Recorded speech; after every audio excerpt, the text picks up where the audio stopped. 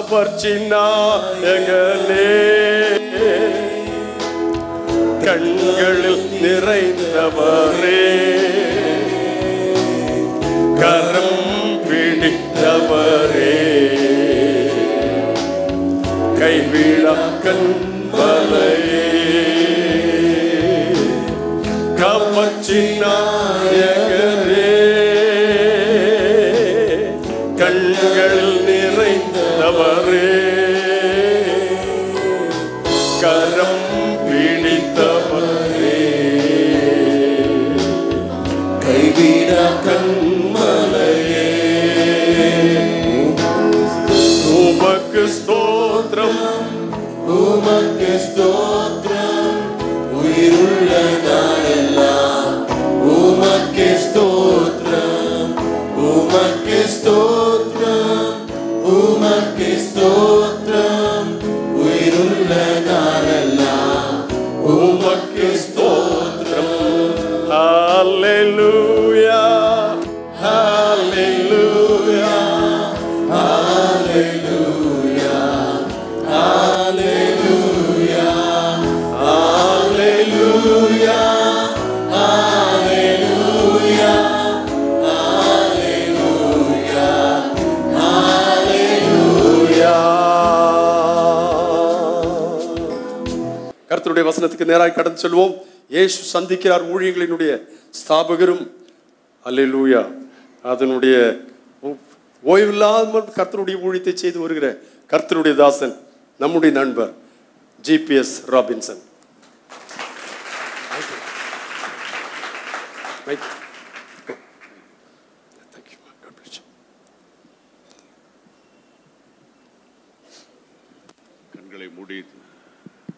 கண்களை மூடி தலைகளை தாழ்த்தி ஆண்டவர் நோக்கி ஆண்டவருடைய வசனத்துக்காக நாம் ஜெபம் பண்ண போகிறோம். எல்லாரும் வலது கரத்தை உயர்த்தி, ஆண்டவரே, இந்த நாட்களில் இந்த பிப்ரவரி மாதம் 24ஆம் தேதி ஆண்டவரே உம்முடைய பாதத்திற்கு வர எங்களுக்கு கொடுத்த பாக்கியத்துக்காக ஸ்தோத்திரம். ஆண்டவரே, இந்த 2வது மாதத்தின் கடைசி வாரங்களில் ஆண்டவர் எங்களை உம்முடைய ஆலயத்துக்கு கொண்டு வந்த அன்புக்காக ஸ்தோத்திரம். எல்லாரும் கைகளை உயர்த்தி ஜெபம் பண்ணுவோம். கர்த்தருடைய வசனம் அது ஒரு நாளும் வெறுமையாக திரும்பி வராது. தான் செய்ய நினைத்த காரியங்களை செய்து முடித்து தான் திரும்பும். ஆமென். இப்போது உங்கள் காதுகளுக்கு நேராய், உங்கள் இருதயத்திற்கு நேராய் வரப்போகிற கர்த்தருடைய வார்த்தை அது உங்களுக்குள்ளே 30, 60, 100% பலன் கொடுக்க வேண்டும்.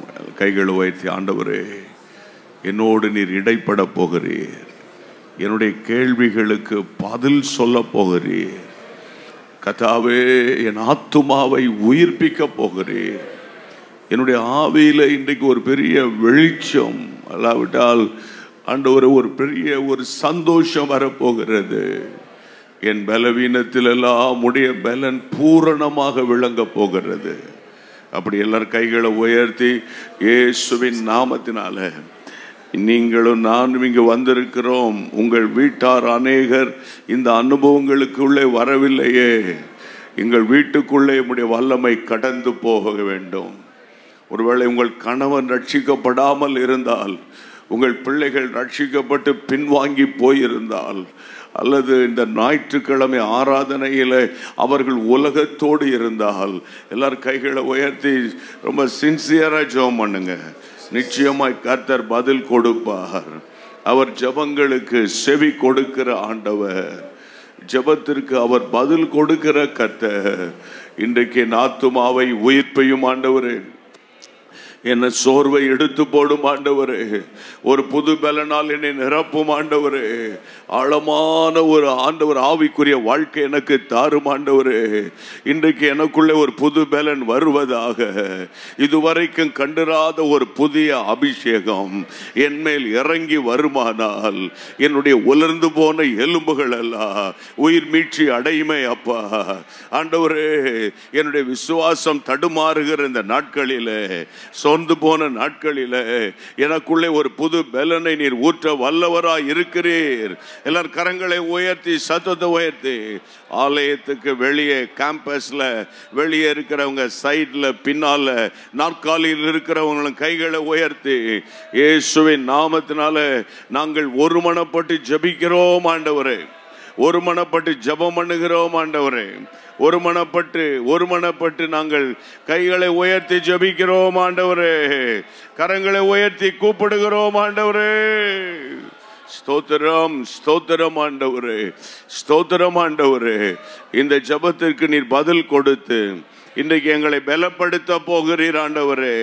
எங்களை உற்சாகப்படுத்த போகிறீர் ஆண்டவரே. எங்களை தைரியப்படுத்த போகிறீர் ஆண்டவரே. தொடர்ந்து முன்னேறுவதற்கு எங்களை கர்த்தருடைய கரத்தில் நீர் வைக்க போகிறீர் ஆண்டவரே. அதற்காக உமக்கு ஸ்தோத்திரம். உம்முடைய நாம மகிமைப்படட்டும்பா. கர்த்தாவே, உம்முடைய ஊழியனாகிய நான் நீர் எனக்கு கொடுத்த கிருபையின் அடிப்படையில் உம்முடைய பிள்ளைகளுக்கு முன்பாக நிற்கிறேன். இந்த நாளுக்குரிய, இந்த மணி நேரத்துக்குரிய பரலோக வார்த்தைகள் எங்கள் மத்தியிலே புறப்பட்டு வரட்டும் ஆண்டவரே. தீர்க்க தரிசனமான அபிஷேகம் எங்கள் மத்தியிலே வர வேண்டும். அப்போதுதான் ஒவ்வொரு ஆத்துமாவை நீர் உயிர்ப்பிக்க முடியும் ஆண்டவரே. ஒவ்வொருடைய கேள்விகளுக்கு பதில் சொல்ல முடியும் ஆண்டவரே. ஒவ்வொருடைய மறைவான குற்றங்களை மன்னிக்க முடியும் ஆண்டவரே. ஒவ்வொருவருக்கும் தெளிந்த புத்தியை தர முடியும் ஆண்டவரே. நீர் அப்படி செய்ய வல்லவராயிருக்கிறீர். அதற்காக உமக்கு ஸ்தோத்திரம். இயேசுவின் நாமத்தில் ஜெபம் கேளும் பிதாவே, ஆமென். கைகளை உயர்த்தி ஒரு முறை ஆண்டவருக்கு நன்றி சொல்லுவோம். ஏனென்றால் இந்த ஓய்வு நாளை காணாமல் அல்லது இந்த ஓய்வு நாளில் கர்த்தருடைய ஆலயத்துக்கு வர இயலாமல் எத்தனையோ பேர் இருப்பார்கள். அவர்களை விட நாம் பெரியவர்கள் அல்ல. அவர்களை விட நம்ம ஒரு பெரிய பரிசுத்தவான்கள் அல்ல. கர்த்தருடைய அளவற்ற கிருபையினாலே ஆண்டவர் நம்ம எல்லாரையும் அவருடைய வீட்டிற்கு கொண்டு வந்திருக்கிறார் என்று நான் விசுவாசிக்கிறேன். இந்த நாளில் கர்த்தருடைய வார்த்தையை உங்களுக்கு கொண்டு வருவது ஆண்டவர் எனக்கு கொடுத்த ஒரு பெரிய பாக்கியம். பாஸ்டர் சொன்னது போல காலை 5:35 என்னுடைய செல்ஃபோன் ஒலித்தது. அப்போது நான் படுக்கைக்கு போகும்போது இரவு 1 மணி. அப்போது இந்த நாளில் ஆண்டவர் உங்கள் மத்தியில் என்னை அனுப்பியிருக்கிறார். அடுத்த கூட்டத்திற்கு போகணும் என்றாலும் இந்த சந்தர்ப்பத்தில் ஆண்டவர் உங்களுக்கு ஒரு நல்ல வார்த்தை தருவார். என்னை மிகுந்த அன்போடு அழைத்த நம்முடைய பட்டணத்தில் மூத்த போதகராக இருக்கிற பாஸ்டர் அவர்களுக்கு என் அன்பின் நன்றியும், பாஸ்டர் அம்மா அவர்களுக்கு நன்றி தெரிவிக்கிறேன். இந்த வருஷம் கர்த்தருடைய ராஜ்யத்துக்கும் பிசாசின் ராஜ்யத்துக்கும் இரண்டுக்கும் இடையே நடக்கிற ஒரு யுத்தம். ஆமென். அதனால் சில இடங்களில் பைபிளில் பார்த்தீங்கன்னா கர்த்தர் சொல்லுகிறார் அப்படின்னு இருக்கும். சில இடங்களில் பைபிளில் பார்த்தீங்கன்னா சேனைகளின் கர்த்தர் சொல்லுகிறார் அப்படின்னு இருக்கும். ரெண்டுக்கு என்ன வித்தியாசம்? கர்த்தர் சொல்லுகிறார் அப்படின்னு அநேக இடங்கள்ல இருக்கும். ஆனால் சில இடங்களில் பார்க்கும்போது சேனைகளின் கர்த்தர் சொல்லுகிறார். அப்போ என்ன அர்த்தம்னா, சேனைகளின் கர்த்தர், ஒரு சேனை அப்படின்னா அதுக்கு ஒரு லீடர், ஒரு தளபதி இருப்பார். அதை லீட் பண்ணி போக வேண்டிய ஒரு பெரிய தளபதி இருப்பார். அப்போது நம்முடைய ஆண்டவரை அந்த இடத்துல ஒரு பெரிய சேனை அதிபனாய் பார்க்கிறோம். ஆமென். சேனை அதிபன் இதெல்லாம் பார்க்கும்போது யுத்தத்திற்கு அது அடையாளம். அல்லேலூயா. அதனால் இந்த யுத்த களத்தில் இந்தியா எங்கிலும் கர்த்தர் ஒரு ஜெப சேனையை உருவாக்கி கொண்டிருக்கிறார். ஒவ்வொரு வாரமும் நாங்கள் பட்டணமாக போகும்போது ஜெப வீரர்கள் எழுப்பிக்கிட்டு இருக்கிறோம். இப்போ நாங்கள் ஆவடியில் இருக்கோம். நாங்கள் திருவள்ளூர் மாவட்டத்தை சேர்ந்த ஆட்கள். திருவள்ளூர் மாவட்டத்தில் 8 தாலுக்கா இருக்குது. பொன்னேரி, கும்மிடிப்பூண்டி, பள்ளிப்பட்டு, ஊத்துக்கோட்டை, அப்புறம் திருத்தணி, பூந்தமல்லி, திருவள்ளூர், ஆவடி. இந்த 8 தாலுக்காவில் கடந்த செப்டம்பர் மாதத்திலிருந்து இதற்காக நாங்கள் பிரயாசப்பட்டு இதுவரைக்கும் 1750 ஜெப வீரர்களை எழுப்ப கர்த்தர் உதவி செய்தார். ஆமென். இந்த 1750 ஜெப வீரர்களுக்கும் ஒரு புத்தகம் ஒன்று கொடுக்கப்பட்டு ஜெப குறிப்புகள், எப்படி ஜெபிக்கணும், எவ்வளோ நேரம் ஜெபிக்கணும், ஏன் ஜெபிக்கணும், இதெல்லாம் அவங்களுக்கு நாங்கள் ப்ரிப்பேர் பண்ணி அவங்க டெய்லி இந்த 1700 பேர் ஜெபம் பண்ணிகிட்டு இருக்காங்க. ஆமென். இதை மீறி எங்கள் மாவட்டத்தில் பிசாசு உள்ளே வர முடியாது இல்லை, என்ன சொல்கிறீங்க? அதனால் திரும்ப மார்ச் 2ஆம் தேதி அவ்வளோ பேரையும் திரும்ப ஒரு முறை கூப்பிட்டுருக்கோம். எங்கே பார்த்தாலும் ஜெப மேகம் சூழ்ந்து இருக்கிறது. ஆமென். கைகளை வைத்து ஆண்டவரை ஸ்தோத்திரம் பண்ணுங்க. இது பாருங்க, இப்போ நம்ம பாஸ்டர் சொன்னாங்க திங்கள் செவ்வாய் புதன் 3 நாள் ஊழியர்கள்லாம் சேர்ந்து ஃபாஸ்ட் பண்ண போகிறோம். போன வருஷம் நடந்துச்சு, இந்த வருஷம் இதை விட அதிகமாக இருக்கும். அப்புறம் ஏப்ரல் 2வது வாரத்தில் 72 hours ப்ரேயர் இருக்குது. 72 hours ப்ரேயர் எலெக்ஷனுக்காக. இதெல்லாம் மீறி பிசாசு வருவான்னு நினைக்கிறீங்க? அதனால் நம்ம இந்த யுத்த காலத்தில் நம்ம சோர்ந்து போயிடக்கூடாது. அதனால் 1008 பிரச்சனை இருக்கும். பிரச்சனையின் மத்தியில் கர்த்தருக்காக நிற்கும்போது உங்கள் பிரச்சனை கர்த்தருக்கு ஏமாத்திரம். ஆமென். கர்த்தருக்கு மகிமை உண்டாகட்டும். அதனால் எல்லா ஊழியர்களுக்காக நீங்கள் ஜெபம் பண்ணுங்க. இந்த ஃப்ரண்ட் லைனில் இருக்கிற ஊழியர்களுக்காக அதிகமாக ஜெபம் பண்ணுங்க. மூத்த ஊழியர்களுக்காக அதிகமாக ஜெபம் பண்ணணும். அவங்கெல்லாம் இன்னும் பல வருஷம் இருந்தால் தான் நல்ல ஊழியங்களை சரியாக செய்ய முடியும். ஆமென். ஒரே ஒரு பாரம் ஆதங்கம் என்னென்னா 1960s கர்த்தரால் தொடப்பட்டவங்க இன்றைக்கி உச்சக்கட்ட ஊழியத்தில் ஃப்ரண்ட் லைனில் ஒரு தலைவர்களாய் ஒரு ஒரு ஒரு தகப்பனை போல இருக்கிறாங்க 60s. சரியா? அதுக்கப்புறம் அதுக்கு அடுத்த கேட்டகரியில் லிஸ்ட்டில் நாங்கள்லாம் வரோம். சரியா? எங்களுக்கு பிறகு என்னன்னு ஒன்றும் தெரியல. அதாவது அடுத்த கட்ட தலைவர்களை உருவாக்க வேண்டிய ஒரு காலம். ஆமென். அப்போ 5ல் விளையாது, எப்படி விளையாது, 50ல் விளையிறது கஷ்டம். அதனால் 1960களில் அட்ரஸ்ஸு தெரியாத ஆட்கள் தான் இன்றைக்கி கர்த்தரால் வல்லமையாக பயன்படுத்தப்பட்டிருக்காங்க. ஆமென். ஆனால் இதுக்கு ஏன் இதை நான் சொல்கிறேன்னா, நம்ம பாரத்தோடு ஜெபிக்க வேண்டிய ஒரு காலகட்டத்துக்குள்ளே நம்ம வந்திருக்கிறோம் இல்லை? அதனால் நீங்கள் ரொம்ப பாரம் எடுத்து ஜெபம் பண்ணணும். இன்றைக்கி சாயந்தரம் உங்கள் மேலே ஒரு ஜெபாவி இறங்கும், ஒரு ஆத்தும பாரம் இறங்கும். எலெக்ஷன் வரைக்கும் நம்ம விடக்கூடாது. ஆமென். கர்த்தருடைய நாமம் மகிமைப்படணும். அல்லேலூயா. நம்முடைய தமிழகத்தில் 39 தொகுதிகள், பாண்டிச்சேரியில் ஒரு தொகுதி, ஆக மொத்தம் 40 தொகுதிகள். நம்முடைய தமிழகத்தில் 300 தாலுக்காகள், 543 பாராளுமன்ற தொகுதிகள் இந்தியா முழுவதும். ஆகவே இவைகளெல்லாம் கருத்தாக சொல்லி நீங்கள் ஜெபிக்கும்போது நிச்சயமாக கர்த்தர் நமக்காக யுத்தம் பண்ணுவார். ஆண்டவருக்கு மகிமை உண்டாவதாக. வேதத்தை திருப்புவோமா? ஏசாயா தீர்க்கதரிசியின் புத்தகம் 40ஆம் அதிகாரம். நம்ம எல்லாருக்கும் வழக்கமான பழக்கமான அடிக்கடி வாசிக்கிற விசுவாசிக்கிற வசனம் 29. Isaiah chapter 40 verse 29. சோர்ந்து போகிறவனுக்கு அவர் பலன் கொடுத்து, சோர்ந்து போகிறவனுக்கு அவர் பலன் கொடுத்து, சத்துவம் இல்லாதவனுக்கு சத்துவத்தை பெருக பண்ணுகிறார். ஒரு 2 அல்லது 3 வாரங்கள் கூட இருக்காது, திடீரென்று ஒரு நாள் ஆண்டவர் என் உள்ளத்தில் ஒரு பாரத்தை வைத்தார். அது என்னன்னு கேட்டால், இந்த வசனத்தில் வாசிக்கிற சோர்ந்து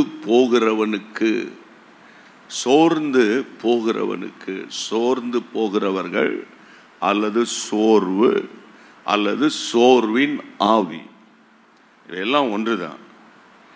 ஆங்கிலத்தில் வீக்னஸ் அப்படின்னு சொல்லியிருக்கு. ஆனால் நல்லா கவனிங்க, இன்றைக்கு காலையில் பாஸ்டர் என்னை அன்போடு அழைத்த போது, உண்மையிலே உங்கள் சபைக்கு வருவேன்னு எனக்கு தெரியாது. அதனால் என்றாலும் அவசரமாக புறப்பட்டு நான் ஆயத்தப்பட்டு கொண்டிருக்கும் போது என்னுடைய உள்ளம், ஆண்டவரே இந்த சபைக்கு என்ன சொல்லணும்.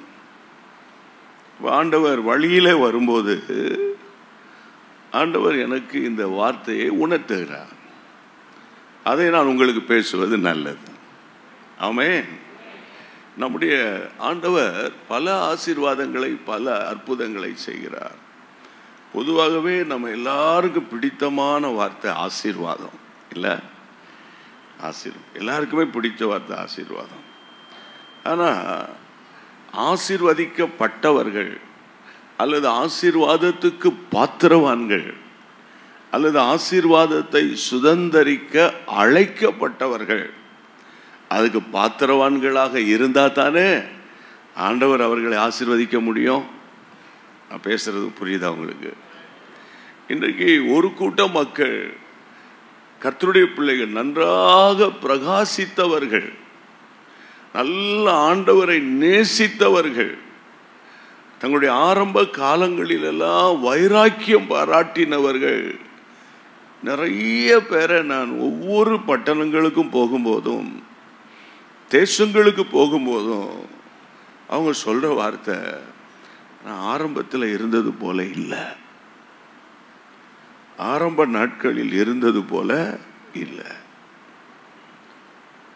அதை சொல்லும்போது ஏன் அப்படி சொல்றாங்க? ஆரம்பத்தில் இருந்தது போல இல்லை, ஆரம்பத்தில் பாராட்டின வைராக்கியம் இப்ப எனக்கு இல்லை, ஆரம்பத்தில் இருந்த ஜப வாழ்க்கை இப்ப எனக்கு இல்லை, ஆரம்ப காலங்களில் இருந்த விசுவாச வாழ்க்கை இப்போ எனக்கு துப்புரவாக கம்ப்ளீட்டா அந்த ஃபெய்த் என்ற வேர்டை எனக்கு இல்லை, அது விசுவாசமே எனக்கு வர மாட்டேங்க.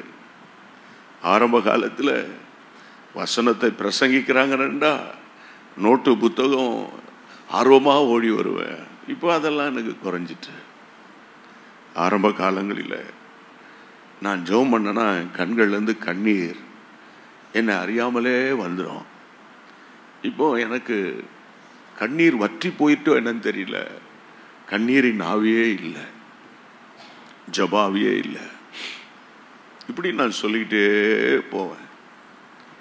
ஒரு கூட்டம் விசுவாசிகள், ஒரு கூட்டம் தேவ ஊழியர்கள் ஒரு காலத்தில் இன்னைக்கு பிரகாசித்தவர்களெல்லாம் ரொம்ப டயர்டாக போய் சோர்ந்து போய் சுற்றி நடக்கிற காரியங்களை பார்த்து தங்களுடைய உள்ளான மனுஷன் பாதிக்கப்பட்டதை பார்த்து அவங்க நிறைய பேர் சோர்ந்து போயிட்டாங்க. அதனால ஆண்டவர் சிலருக்கு நம்பி கொடுத்த பொறுப்புகளை என்ன செய்யன்னு பார்த்துட்டு இருக்கார்.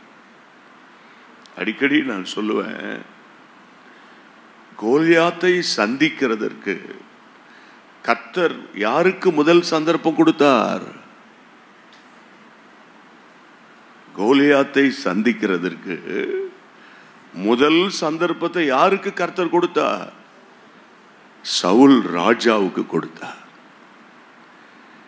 ஆண்டவர் ஒருவனுக்கு ஒரு சந்தர்ப்பம் கொடுக்கிறார் என்றால் அவனை கஷ்டத்தில் மாட்டி விடுவதற்காக அல்ல, அவனை தோற்கடிப்பதற்காக அல்ல, அவனை ஜெயமுள்ளவனாய் மாற்றுவதற்காக. ஆமென். சவுல திடீரென்று கொண்டு போய் கோலியாத்துக்கு முன்பாக என் ஆண்டவர் நிறுத்தல. அவனை தம் பக்கமாய் இழுத்து தம்முடைய அபிஷேகத்தை ஊற்றி அதற்காக அவனை ஆயத்தப்படுத்தி ஒரு கட்டத்தில் தான் கர்த்தர் கொண்டு போய் நிறுத்தினார். ஆனால் கர்த்தர் எதிர்பார்த்த ஒரு பெரிய வெற்றிகரமான வாழ்க்கை அவனுக்கு இல்லை. வசனம் சொல்லுகிறது, நம்ம எல்லாருக்கும் தெரியும், கோலியாத் வந்து அவனை குத்தினான், கொலை செய்தான், வெட்டினான், அப்படிலாம் வாசிக்க மாட்டோம். அந்த கோலியாத்தினுடைய குரல், கோலியாத்தினுடைய சத்தம் இரவும் பகலும் எத்தனை நாட்கள்? 40 நாட்கள். அந்த சத்தத்திலேயே அவன் பயந்து போய் ஓடி போய் குகைகளிலும் மலைகளிலும் தன்னை ஒளித்து கொண்டான். யோசித்து பாருங்க, உங்க கையில கர்த்தர் ஒரு 5 வருஷத்துக்கு முன்னால ஒரு பொறுப்பு கொடுத்தாரு. உங்க குடும்பத்தை நடத்த வேண்டிய பொறுப்பை கொடுத்தார், ஊழியத்துக்கு வேண்டிய பொறுப்பை கொடுத்தார். இன்னைக்கு ஒரு வெற்றிகரமான காரியம் இல்லை. ஏன் இல்லை, ஏன் இல்லை என்று நாம் சொல்லிக் கொண்டிருப்போம். கர்த்தருடைய பிள்ளைகளே, நேற்றுக்கு முந்தின நாள் ஒரு கர்த்தருடைய தாசன் என்னை சந்திக்க வந்தார். நான் கேட்டேன், எதுக்காக என்னை பார்க்க வந்திருக்கீங்க? இல்லை, ஊழியம் என் கையை விட்டு போயிருச்சு, அது எனக்கு ரொம்ப வேதனையாக இருக்குன்னாரு. நான் சொன்னேன், ஊழியம் உன்னுடைய கையை விட்டு போச்சா அல்லது நீ ஊழியத்தை கைவிட்டியா அப்படின்னு கேட்டேன். மறுபடியும் சொல்றேன், ஊழியம் உன் கையை விட்டு போனதா அல்லது நீ கைவிட்டியா? என்னை பொறுத்தவரை ஊழியம் ஒரு நாள் உன் கையை விட்டு போகவே போகாது. ஆமென். அபிஷேகம் நம்ம கையை விட்டு போகவே போகாது. கர்த்தருடைய விலையேறப்பட்ட ஆசீர்வாதங்கள் நம்முடைய கரங்களை விட்டு ஒரு நாளும் போகாது. அப்போ நீதான் கை விட்டுருக்கணும்பா, கொஞ்சம் நிதானமா சொல்லுன்னு சொல்லி முடிச்ச உடனே அதுக்கப்புறம் ஒத்துக்கொண்டா. இதுக்கு காரணம் நான் தான். இன்றைக்கு நான் பாரத்தோடு ஒரு செய்தியை கொடுக்கிறேன். உங்களில் அநேகர் சோர்ந்து போயிருக்கக்கூடும். யாரும் வந்து, பாஸ்டர் அல்லது என்னை பார்த்து, சகோதரனே நான் ரொம்ப சோர்ந்துட்டேன், என்னால் ஆவிக்குரிய வாழ்க்கையே செய்ய முடியல, வெற்றிகரமான பரிசுத்த வாழ்க்கை என்னால் செய்ய முடியலன்னு ஒருத்தர் சொல்ல மாட்டாங்க. ஆனால் இன்னைக்கு கர்த்தர் உங்கள் மேல ஒரு அன்பு வைத்து உங்களை மறுபடியும் என் ஆண்டவர் தட்டி எழுப்ப விரும்புகிறார். ஒரு நாட்கள், அந்த நாட்களில் பாருங்க, ஃபாஸ்டிங் ப்ரேயர்னா முன்னால் நிற்கிற கூட்டம் ஒன்று இருக்கும். அந்த நாட்கள் அதிகாலை ஜெபமாக இருக்கட்டும், முழியரவு ஜெபமாக இருக்கட்டும், 1000 குடும்பத்தில் கஷ்டமாக இருக்கட்டும், வாகன வசதிகளும் இல்லாமல் இருக்கும், ஆனால் நடந்தே ஓடி வருகிற ஒரு கூட்டம் இருந்தது. இன்றைக்கு நமக்கு எல்லா வசதிகளும் செஞ்சு கொடுத்தாலும் சில நேரத்தில் நம்ம சாரின்றோம். சாரின்னு சொல்கிறா கூட பரவாயில்ல, சொல்லவே மாட்டான். இன்றைக்கு நான் பாரத்தோடு இந்த செய்தியை கொடுக்கிறேன். ஒரு நோக்கத்தோடு இந்த சென்னை பட்டணத்தில் கர்த்தர் உங்களை அழைத்திருக்கிறார். ஆமென். என் ஆண்டவர் சொல்லுகிறார், நான் சோர்ந்து போகிறவனுக்கு நான் பலன் கொடுப்பேன். ஆமென். நீ நினைக்கலாம், நான் இனிமே அவ்வளோதான், இனிமே நான் எழும்ப முடியாது, இன்னும் ஜப வாழ்க்கை என்னால் கட்டி எழுப்ப முடியாது, பரிசுத்த வாழ்க்கை என்னால் கட்டி எழுப்ப முடியாது, இந்த விசுவாச வாழ்க்கை என்னால் கட்டி எழுப்ப முடியாது, என் குடும்பம் உடைஞ்சது தான், என் பிள்ளைகள் போனது தான், அவ்வளோதான், இனி இந்த பிள்ளைகளை திருத்த முடியாது, என் பிஸ்னஸ் உடைஞ்சது தான், அல்லது என்னுடைய மினிஸ்ட்ரியிலையும் ஏதோ ஜெபம் பண்ணுறேன், ஏதோ பாடுறேன், ஏதோ வரேன் போகிறேன், ஆனால் உண்மையிலேயே என் உள்ளான மனுஷன் இல்லை, நான் ரொம்ப டயர்டாக போயிட்டேன் அப்படின்னு இருக்கிற ஒரு கூட்டம் இங்கேயும் இருப்பார்கள்.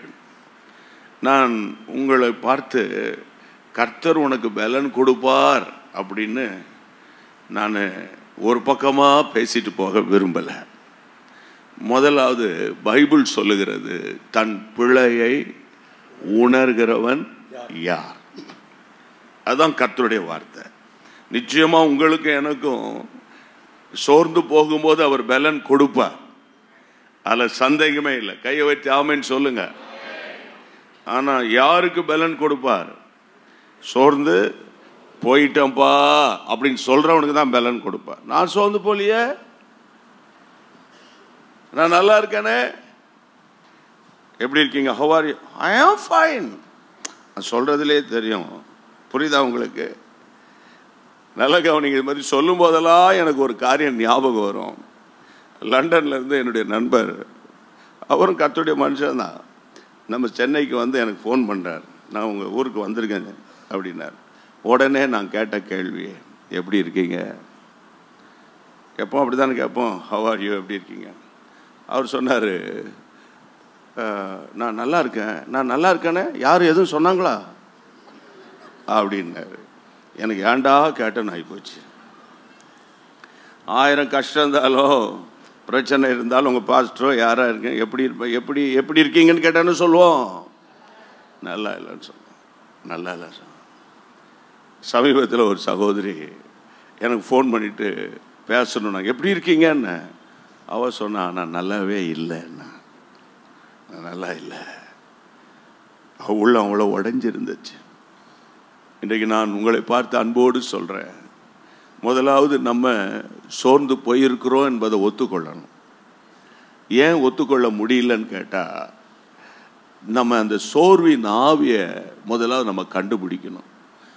இருக்கிறதுலே ரொம்ப டேஞ்சரஸ் ஸ்பிரிட் என்ன தெரியுமா? சோர்வின் ஆவி தான். மற்ற எல்லா ஸ்பிரிட்டையும் அதட்டிடலாம், விரட்டிடலாம். இந்த சோர்வின் ஆவியை விரட்டுறது ரொம்ப முக்கியம். சோர்வின் ஆவியை விரட்டுறது ரொம்ப முக்கியம். ஒருவன் பாவத்தில் விழுந்துட்டா அவனுக்குள்ள ஒரு கன்விக்ஷன் வந்துட்டுன்னு வைங்களேன், ஏசப்பான்னு கூப்பிட்டுட்டா அவர் இறங்கிடுவார் இல்லையா? ஆனால் அந்த சோர்வின் ஆவி என்னை தாக்கிட்டார், சப்பா நான் சோர்ந்து போயிட்டேன், என்னை எழுப்புங்கன்னு சொல்கிற கூட்டம் ரொம்ப குறைவு.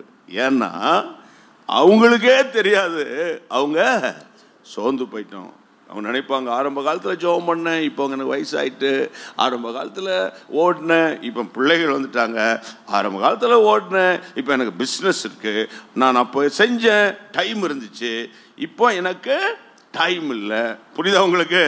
அப்படின்னு சொல்லிடுவாங்களே தவிர உண்மையிலேயே நான் சோர்ந்துட்டேன், என்னால் ஆண்டவருக்காக வைராக்கியம் பாராட்ட முடியலன்னு சொல்கிறவங்க ரொம்ப குறைவு. இன்றைக்கி நான் குறுகிற நேரத்தில் வேகமாக நான் முடிஞ்ச அளவுக்கு சொல்கிறேன், டைம் ரொம்ப முக்கியம். 1 ராஜாக்களின் புத்தகம் 19ஆம் அதிகாரம், The Book of First Kings, Chapter 19, 3ஆம் வசனத்திலிருந்து டக்குன்னு வாசிங்க, எடுத்தவங்க வாசிங்க.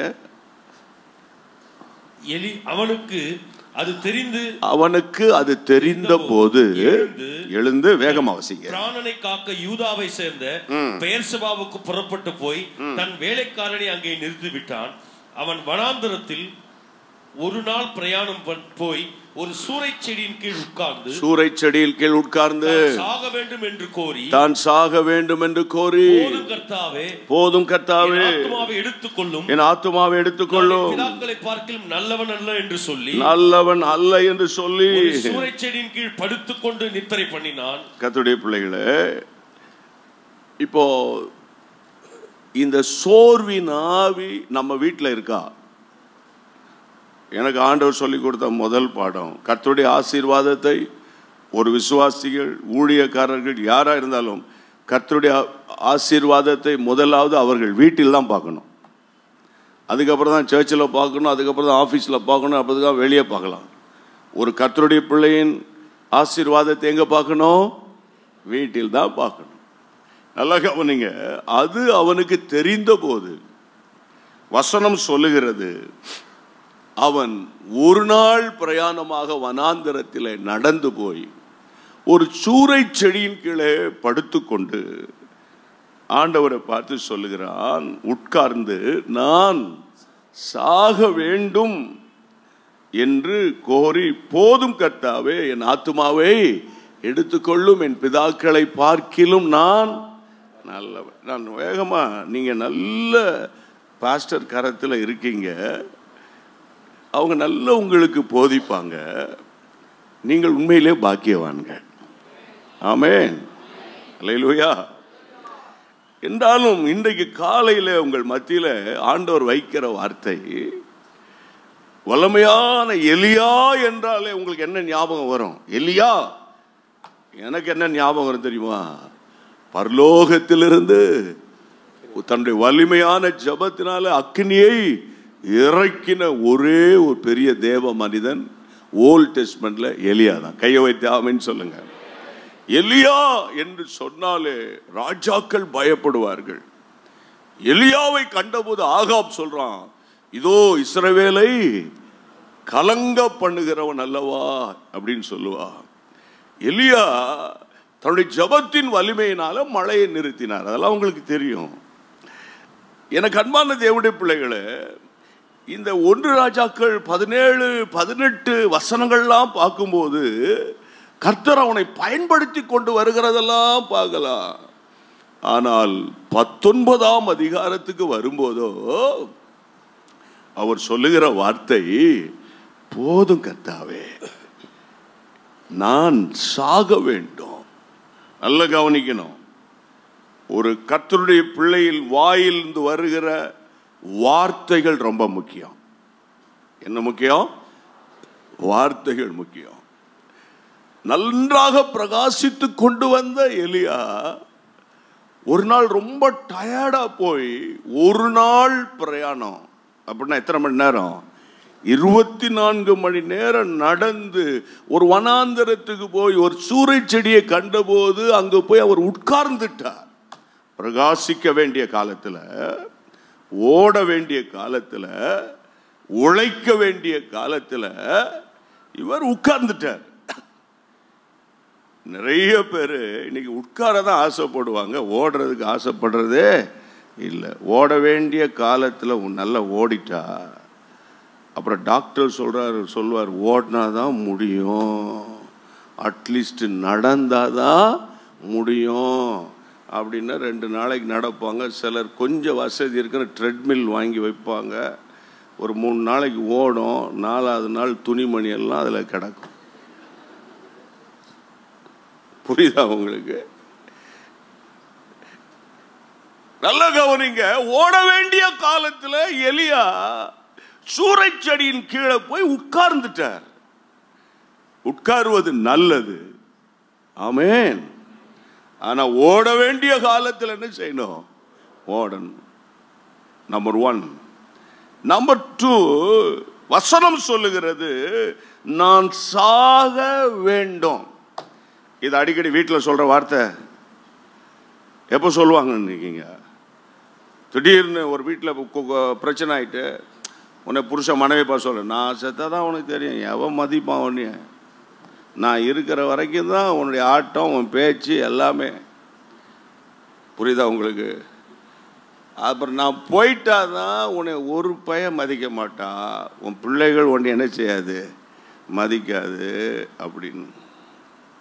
அதை போல மனைவிமார்களும் சொல்றது உண்டு, இருக்கிற வரைக்கும் விரட்டுவீங்க, என்றாலும் கல்யாணம் பண்ணிட்டேனேன்னு சொல்லி தான் நான் உங்களுக்கு ஹெல்ப் பண்ணிக்கிட்டு இருக்கேன். நிறைய ஆண்கள் பெரிய வாய் பேசுவான், ஆனால் ஒய்ஃப் இல்லைன்னு வைங்களேன், அவனால் சமாளிக்க முடியாது. நிறைய பேரால் பேச்சனா பெருசாக பேசுவாங்க. இவங்க ரொம்ப தலையாடுறாங்க பாருங்க, ரொம்ப பேசுவாங்க, ஆச்சா புச்சான்னு பேசுவாங்க. ஆனால் ஒய்ஃப் இல்லைன்னா அவனால் சர்வே பண்ண முடியாது. நல்லா கவனிங்க. இப்படிப்பட்ட சூழ்நிலை வரும்போது நான் செத்தா தான் தெரியும். சில பேர் நான் ஏன் வாழ்கிறேன், அதான் தெரிஞ்ச கதையாச்சே. நான் சில பேர் சொல்லுவாங்க நான் இருந்து என்ன பிரயோஜனம், அது தெரியும், ஒன்றும் பிரயோஜனம் கிடையாது. ஆனால் நேரம் வரும்போது கர்த்தர் நம்மை அழைப்பார். ஏன் அடிக்கடி நான் சாகணும் சொல்றேன்? என்னை கேட்டுக்கொண்டு இருக்கிற அன்பான விசுவாசிகளே, இன்றைக்கு நீங்க உங்க லைஃபை திரும்பி பாருங்க. கரெக்டா என் கணவனோடு பேசுற மாதிரி இருக்கு, என் பிள்ளைகளோடு பேசுற மாதிரி இருக்குன்னு அதிங்க. ஆண்டவர் சொல்ற உங்களோட தான் ஆண்டவர் பேசுறாரு. அப்போ இவ்வளோ பெரிய பிரகாசித்த ஒரு மனுஷன் சொல்றான், நம்பர் 1 அவன் போய் உட்கார்ந்துட்டான். நம்பர் 2 என்ன சொல்ற? வாய் திறந்து நான் சாக வேண்டும். இந்த இடத்துல ஒரு காரியத்தை நான் உங்கள் மத்தியில் வைக்க விரும்புகிறேன். எலியாவின் மினிஸ்ட்ரி என்ன மினிஸ்ட்ரி?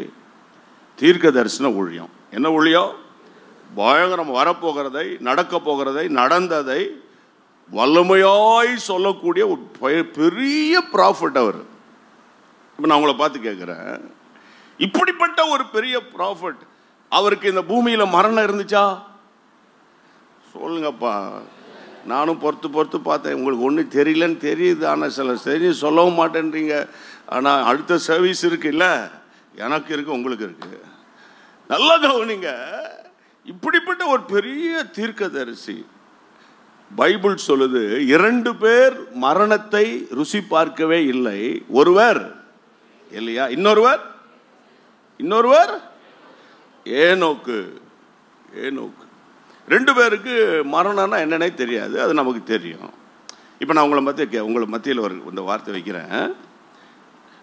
ஏசபேல் அவனை கொல்ல வருகிறாள் என்ற ஒரு நியூஸ் இவன் காதுக்கு வந்தோடனே, ஏசபேல் என்னை கொலை செய்ய போகிறாள் என்ற ஒரு தகவல் காதுக்கு வந்தோடனே இவர் பயந்து போய், இவர் யாருக்குமே பயப்படாத ஒரு ஆளு யாருக்கு பயந்துட்டாரு? ஏசபேல் ஆவிக்கு பயந்து ஓடி ஒளிஞ்சு, ஆண்டவரே அவ என்னை கொல்றதுக்கு முன்னால நான் என்ன செஞ்சிடறேன், செத்துறேன்ப்பா சொல்றான்னா, இவனுக்கு தன் மரணத்தின் முடிவை குறித்து தெரியுமா தெரியாதா? அவனுக்கு தெரியுமா தெரியாதுன்னு எனக்கு தெரியாது அப்படின்றீங்களா? அல்லது தெரியுன்றீங்களா? இன்னைக்கு நான் முக்கியமான ஒரு சப்ஜெக்ட் பேசுறேன். உங்க மேல கர்த்தர் ஒரு பெரிய திட்டம் வச்சிருக்காரு. புரியுதா? நீங்க நினைப்பீங்க எனக்கு 60 வயசு ஆயிட்டு இனி என்னத்த திட்டம். இல்ல, இனி உள்ள காலத்துல தான் ஒன்று நல்லா ஒழுங்கா செய்ய முடியும். புரியுதா? இனிமே தான் அங்கங்க ஓடாம ஒரு ஸ்டெடியா ஓட முடியும். புரியுதா உங்களுக்கு? சிலரை கர்த்தர் 15 வயசுல அழைக்கிறார், 19 வயசுல. ஏன்னா 19 வயசுல ஊழியத்துக்கு அழைத்தார். சிலர் ஒவ்வொரு காலத்தில் அழைக்கிறார். 50 வயசுல சிலர் அழைக்கிறார், சிலர் 60 வயசுல அழைக்கிறாரு. எனக்கு ஒரு பெரிய பாரம் என்னன்னா, பைபிள் சொல்லுது நீங்க உலகமெங்கும் போய் சுவிசேஷத்தை பிரசங்கித்து பிதா குமாரன் பரிசுத்தாவின் நாமத்தில் ஞானஸ்நானம் கொடுத்து அப்புறம் ஒன்றும் பேச மாட்டேன்றீங்களா? சீஷராக்குங்கள். இல்ல அப்படிதான் சொல்லியிருக்கு. இப்ப பாருங்க, நம்ம எல்லாரும் விசுவாசிகள் சொல்லிட்டே இருக்கோம். என்னைக்கு நீங்க சீஷராக போறீங்க? என்னைக்கு சீஷராக போறீங்க? கேட்குற கேள்வி நல்ல கேள்வி தானே? விசுவாசிகள் நான் பாஸ்டர் பிரதாப் சிங் சபையின் விசுவாசிகள் தோத்திரம், நல்லது. ஆண்டவர் சொல்றாரு, நான் இத்தனை வருஷம் உன்னை விசுவாசியா வைச்சேன், இனி என்னுடைய சீசனா மாறணும் விரும்புறேன். இன்னைக்கு காலையில் கையை உயர்த்தி ஜெபம் பண்ண. ராஜு ஸ்ட்ரீட்ல, சோலை ஸ்ட்ரீட்ல, இந்த அயனாவரத்துல இயேசு இல்லாத நிறைய வீடுகள் இருக்கு. அந்த வீட்டாரை இங்க கொண்டு வருவதற்கு நீ என்ன செஞ்சிருக்க? புரியுதா? ஏன் என்னால் செய்ய முடியல, ஏன் எனக்கு அந்த ஆதங்கம் வரலன்னு கேட்டா, ஐயா நானே சோர்ந்து போயிட்டேனே, நானே வாழ விரும்பலையே, நான் ஏன் வாழ்றேன், எனக்கே வாழ்க்கை, எனக்கு இந்த ஒரு வாழ்க்கை தேவையா, நான் வாழணுமா, அப்படியா இப்படியா பேசிட்டு இருக்கேன். இவர் பாருங்க, இவனுடைய முடிவு ஆண்டவர் சொல்றாரு, வசனம் சொல்லுகிறது, அக்கினி ரதம் வரும், அதுல நீ உட்காருவாய், நான் உன்னை பரலோகத்துக்கு எடுத்துக்கொண்டு போவேன். இதுதான் அவனுடைய முடிவு. அப்படிதானே பைபிள் சொல்லுது. இந்த முடிவை என் ஆண்டவர் அவனுக்கு முன் அறிவித்திருப்பாரானால், ஏசபேல் வரும்போது அவன் சொல்லி இருக்க கூடும், எந்த ஏசபேலும் என்னை கொல்ல முடியாது, ஏனென்றால் இந்த உலகத்தில் எனக்கு மரணமே இல்லை, என் ஆண்டவர் என்ன அக்கினி ரதத்தின் வழியாக பரலோகத்துக்கு எடுத்துக்கொள்வார், நான் ஏன் பயப்படணும்? அப்படித்தானே சொல்லியிருக்கணும். புரியுதா? ஆண்டவர் சில காரியங்களை மறைத்து வைப்பார். புரியுதா? அப்ப நம்ம என்ன நினைப்போம்? ஒரு அம்மாவும் சொன்னாங்க, எனக்கா ஒரு காரியத்துக்கு ஜெபம் பண்ணுவீங்களா? என்னம்மா? ஆண்டவர் என்ன செய்யறாரோ செய்யட்டும் பிரதர், கொஞ்சம் சொல்லிட்டு செய்யட்டும் பிரதர். அந்த வார்த்தை என்னால் மறக்கவே முடியல. பாவம். சில நேரங்களில் உங்க வீட்டில், உங்க தனிப்பட்ட வாழ்க்கையில் சில நம்ம எதிர்பார்க்காத காரியங்கள் நடக்கும். உடனே இந்த சர்ச்சுக்கு போறிய, ஆவியில நரம்புறிய, ஊழியம் செய்கிறிய, பாட்டு படிக்கிறிய, வொர்ஷிப் டீம்ல இருக்கிய, இதெல்லாம் ஆண்டவர் உனக்கு சொல்லலையா? ஆமாம், நல்ல கேள்விதான், சொல்லலை. இன்னைக்கு நான் உங்களை பார்த்து சொல்கிறேன், அன்போடு சொல்கிறேன், என் அன்பு தேவனுடைய பிள்ளைகளே, சில காரியங்களை கர்த்தர் சொல்ல மாட்டார், நேரம் வரும்போது சொல்லுவார். ஆமென். இப்போ சோர்வின் ஆவி தாக்குனா ஓட வேண்டிய ஆள் உட்கார்ந்துருவான்னு சொன்னேன்.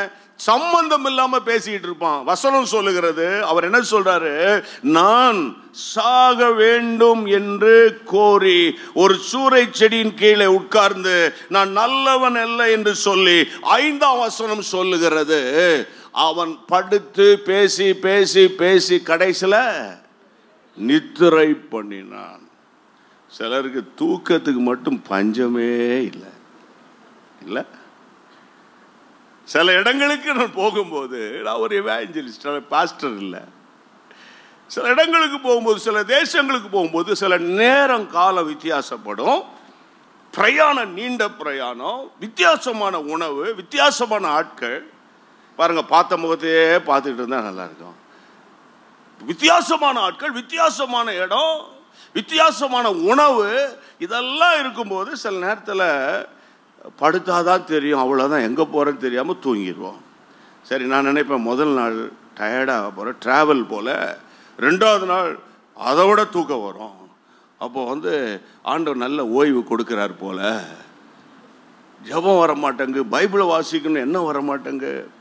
அப்போது மீட்டிங் போனோம், ஐயோ ஜெபமணிலையப்பா நம்முடைய சத்தத்தை கேட்கலையே, ஒரு உணர்வு வரமாட்டேங்க. ஆவியில் நிரம்பி போராடி ஜெபம் பண்ணும்போதா ஆண்டவர் உணர்த்துறாரு, இங்கே ஒரு கன நித்திரை ஆவி இந்த வீட்டை சூழ்ந்துகிட்டு இருக்கப்பா. என்ன ஆவி? கன நித்திரை ஆவி. சில ஆட்கள் நினச்சிக்கிறான், படுத்தோன்னே நான் தூங்கிடுவேன். எனக்கு கர்த்தர் தமக்கு பிரியமானவர்களுக்கு நித்திரை கொடுக்குறான். அதுக்கு ஒரு வசனத்தையும் கோட் பண்ணி, எந்த நேரமும் தூக்கம், தூக்கம், படுக்கிறது, சாப்பிட வேண்டியது, அப்புறம் படுக்க வேண்டியது, அவ்வளோதான். நல்லா கர்த்தர் ஓய்வு கொடுத்துருக்காரு. நீ ரொம்ப கஷ்டப்பட்டுட்ட, அலைஞ்சு அலைஞ்சு ஐநாவரமும் அங்கே தண்டையார்பேட்டையும் வண்ணார்பேட்டையும் அங்கே எங்கன்னு கீழ்பாக்குன்னு சுற்றி ரொம்ப கஷ்டப்பட்ட, நீ நல்ல ரெஸ்ட் எடு. வசனம் சொல்லுகிறது, இவன் சாக வேண்டும் சொல்லி நித்திரை பண்ணினான் சொன்ன டைமில் வேகமா போற. அடுத்த வசனத்தில் பார்த்தால் 6ஆம் வசனத்தை நீங்கள் பார்க்கும்போது, அவன் விழித்து பார்க்கும்போது தழலில் சுடப்பட்ட ஒரு அடையும் பாத்திரத்தில் தண்ணீரும் தலைமாட்டில் இருந்தது. அப்பொழுது அவன் புசித்தான், குடித்தான், திரும்ப படுத்துக்கிட்டான்.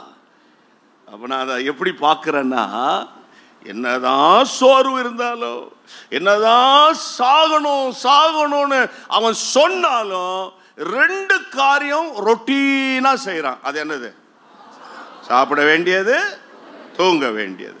இப்போ நீங்க யோசித்து பாருங்களேன், இந்த வருஷம் 2 months போயிடுச்சு. New year, happy new year சொல்லி சொல்லி வாக்கு தத்தெல்லாம் பேசி பேசி பேசி வாக்கு தத்தமும் நிறைய பேருக்கு மறந்து கூட போயிருக்கு. இப்போ புரியுதுங்களா உங்களுக்கு? இப்ப நான் என்ன சொல்றேன், இந்த 2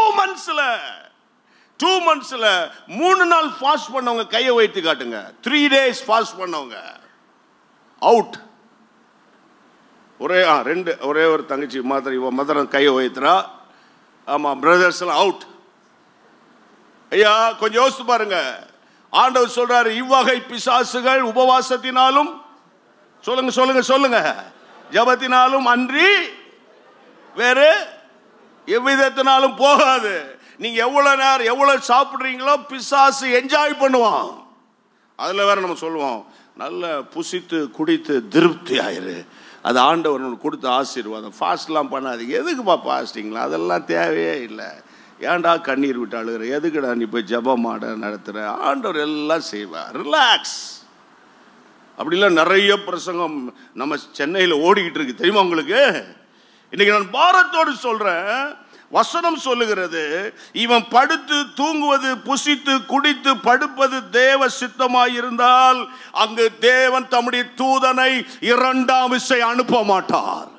7ஆம் வசனம் சொல்லுகிறது, கர்த்தருடைய தூதன் திரும்ப 2ஆம் தரம் வந்து அவனை தட்டி எழுந்திரு, போஜனம் பண்ணு. 7ஆம் வசனம், நீ பண்ண வேண்டிய பிரயாணம் வெகு தூரம். கையை வைத்து அலையிலே சொல்லுங்க. சோர்ந்து போன தேவ பிள்ளைய, 50 வயசு 60 வயசு 70 வயசு 30 வயசு 40 வயசு யாரா இருக்கலாம், யாருக்கு வேண்டாம் சோர்வு வரும். யாருக்கு வேண்டாம்? சோறு வரும்.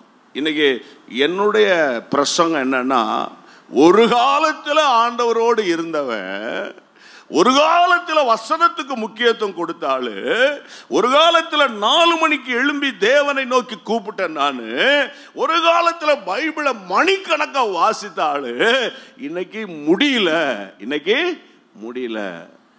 அதான் சோர்வின் ஆவி. சோர்வின் ஆவி. இந்த சோர்வின் ஆவி தாக்கின ஆட்களுடைய நிலைமையை உங்களோடு பேசிட்டு வரேன். ஆனால் என் ஆண்டவர் அந்த எலியாவின் மேல ஒரு திட்டம் வைத்திருந்தார். இந்த காலையில் இந்த சத்தியத்தை உங்க காதுல நீங்க கேட்கிறதுக்கு காரணம் என்னன்னு கேட்டா, கர்த்தர் உங்க மேல ஒரு பிளான் வச்சிருக்கிறாரு. நம்புறவங்க மத்த கையை வைத்து ஆமென் சொல்லுங்க.